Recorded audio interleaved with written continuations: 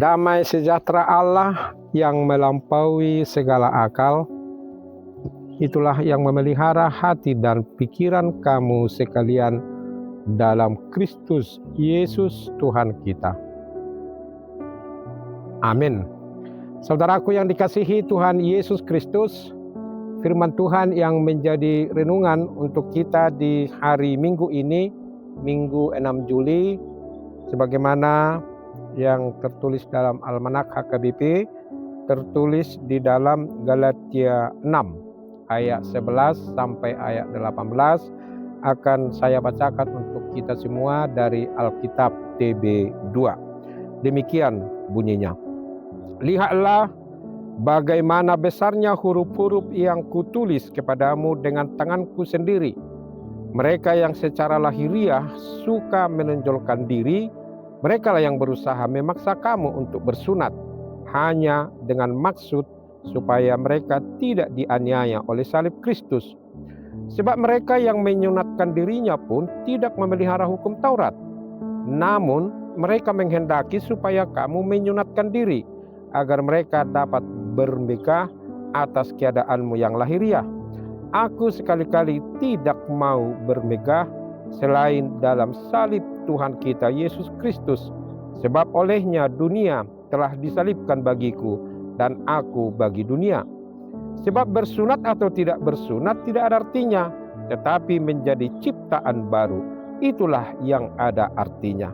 Bagi semua orang yang memberi dirinya dipimpin oleh kaidah ini, turunlah kiranya damai sejahtera dan rahmat atas mereka dan atas Israel milik Allah. Selanjutnya, janganlah ada orang yang menyusahkan aku, karena pada tubuhku ada tanda-tanda milik Yesus. Anugerah Tuhan kita Yesus Kristus menyertai roh kamu, saudara-saudara. Amin.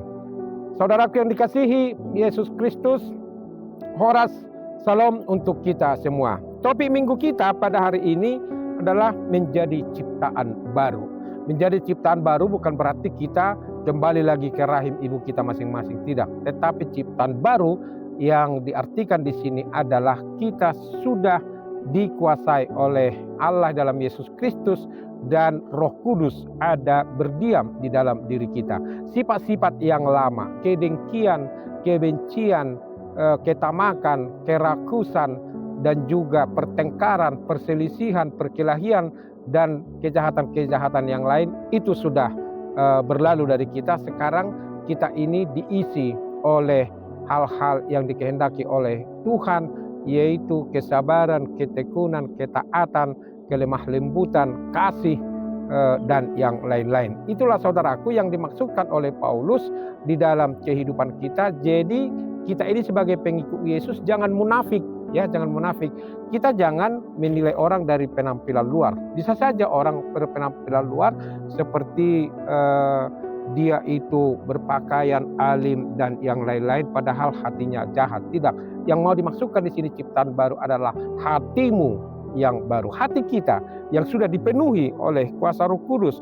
Oleh karena itu Paulus mengingatkan kita, aku sekali-kali tidak mau bermegah selain dalam salib Tuhan kita Yesus Kristus, sebab olehnya dunia telah disalibkan bagiku dan aku bagi dunia. Di dalam salib itu ada keselamatan, di dalam salib itu ada kasih, di dalam salib itu ada pengorbanan, di dalam salib itu ada cinta kasih Allah yang mau, ya, yang mau memberikan kehidupan kepada kita. Di dalam salib itu semua keluh kesah kita, sakit penyakit kita, dan penderitaan kita itu sudah dikalahkan oleh Tuhan Yesus. Sebab bersunat atau tidak bersunat tidak ada artinya, tetapi menjadi ciptaan baru itulah yang ada artinya. Karena bagi orang-orang Yahudi itu hal bersunat itu adalah hal yang penting bagi mereka.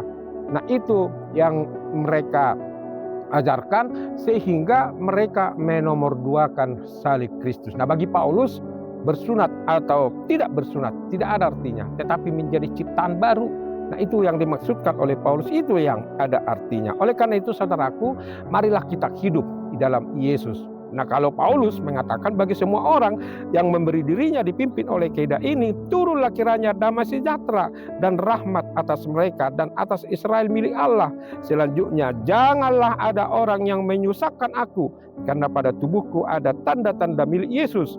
Anugerah Tuhan kita Yesus Kristus menyertai roh kamu. Jadi inilah yang diharapkan oleh Paulus kepada jemaat Galatia pada waktu itu dan juga kepada kita, supaya anugerah Allah yang menyelamatkan kita, yang menghidupkan kita, yang mengangkat kita menjadi anak-anak Allah, itulah yang memerintah di dalam diri kita, dan itulah yang menguasai perjalanan kehidupan kita. Sekali lagi saudaraku, janganlah kita jatuh ke dalam kemunafikan, ya. Janganlah kita menilai seseorang itu dari penampilan luar, tetapi lihatlah bagaimana hatinya.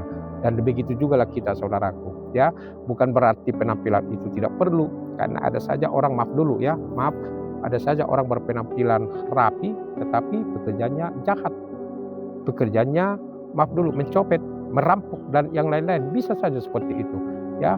Tetapi yang diminta Tuhan adalah bukan penampilan luar itu. Dan di sini Paulus dengan kata lain dia mengatakan bersunat atau tidak bersunat, itu tidak ada artinya. Yang artinya adalah ciptaan baru. Bagaimana kita sebagai pengikut Yesus, ya, janganlah kita mau menonjol-nonjolkan diri. Dan di sini diingatkan oleh Paulus umat Kristen pada waktu itu di jemaat di Galatia. Jangan kita mau menonjol-nonjolkan diri, tapi hiduplah yang satu dengan yang lain, saling berdampingan dengan kerendahan hati, dan jangan ada merasa bahwa kita inilah yang paling benar, kita inilah yang paling bersih, kita inilah yang paling baik. Jangan. Nilai kita diukur oleh bagaimana iman kita kepada Yesus Kristus, dan kita tunjukkan itu melalui sikap, melalui perangai, melalui tindak tanduk kita yang seturut dengan kehendak Allah. Oleh karena itu saudaraku, kalau masih ada dari antara kita yang suka bertengkar dan yang suka membenci dan yang suka tidak menyukai orang lain, dan dia selalu tetap tamak, rakus, dan hanya mementingkan diri sendiri, maka dia itu belum ciptaan baru. Karena ciptaan baru itu hidupnya, sikapnya, pola pikirnya, hatinya itu selalu mengeluarkan aura-aura yang positif, yang berguna bagi orang lain. Itulah saudaraku yang dimaksudkan nats ini kepada kita, kalau di minggu ini kita diingatkan menjadi ciptaan baru. Nah, itu kita menjadi ciptaan baru, hati kita diperbarui oleh Roh Kudus, pikiran kita juga, sikap kita, perangai kita, sehingga setiap hari dalam perjalanan kehidupan kita, hal-hal yang jahat itu sudah tidak berkuasa lagi dalam kehidupan kita, terutama hati, pikiran kita. Jadi jangan ada lagi terselip dosa-dosa yang tersembunyi di hatimu yang paling terdalam sekalipun. Buang itu semua dan minta kekuatan dari Tuhan, minta kuasa dari Tuhan, supaya Tuhan itu bekerja dalam diri kita, membuang itu semua, ya, membuang semua hal-hal yang jahat. Tetapi marilah kita selalu tetap menghidupi firman Tuhan yang adalah menjadi kehidupan bagi kita setiap saat. Dan disinilah kita sebagai pengikut Yesus, bagaimana damai sejahtera, turunlah kiranya damai sejahtera dan rahmat atas mereka dan atas Israel milik Tuhan, katanya. Damai sejahtera itulah yang memerintah di dalam hati kita. Dan itu dikatakan oleh Paulus di kitabnya yang lain, supaya damai sejahtera itu memerintah hati kita, pikiran kita. Karena orang yang sudah diperintah oleh damai sejahtera, maka dia itu menjadi saluran berkat bagi orang lain. Hidupnya bermanfaat, hidupnya berguna dimanapun dia beraktivitas, dimanapun dia berada. Dia menjadi orang-orang yang selalu tetap menunjukkan aura-aura yang positif, sehingga orang lain yang bersama dengan dia merasa nyaman dan merasa tentram dan bersuka cita, ya, karena kita memperlihatkan yang baik. Dan Yesus dalam kehidupannya di dunia ini menjadi teladan bagi kita. Selama dia hidup di dunia ini, dia menunjukkan yang baik, kelemah lembutan, kepedulian, kasih, dan yang lain-lain. Itulah tugas kita. Nah, mungkin pertanyaan bagi kita, wah, berat rasanya melakukan itu Pak Pendeta. Kalau kita mengandalkan diri kita, memang berat. Kita tidak bisa melakukan apa-apa kalau hanya pikiran, hati kita yang kita tonjolkan. Ya, pikiran dan hati kita, pasti pikiran kita akan mengatakan, loh, Bagaimana kita capek-capek melakukan itu, sedangkan ini masih begini, ini masih begono, dan yang lain-lain.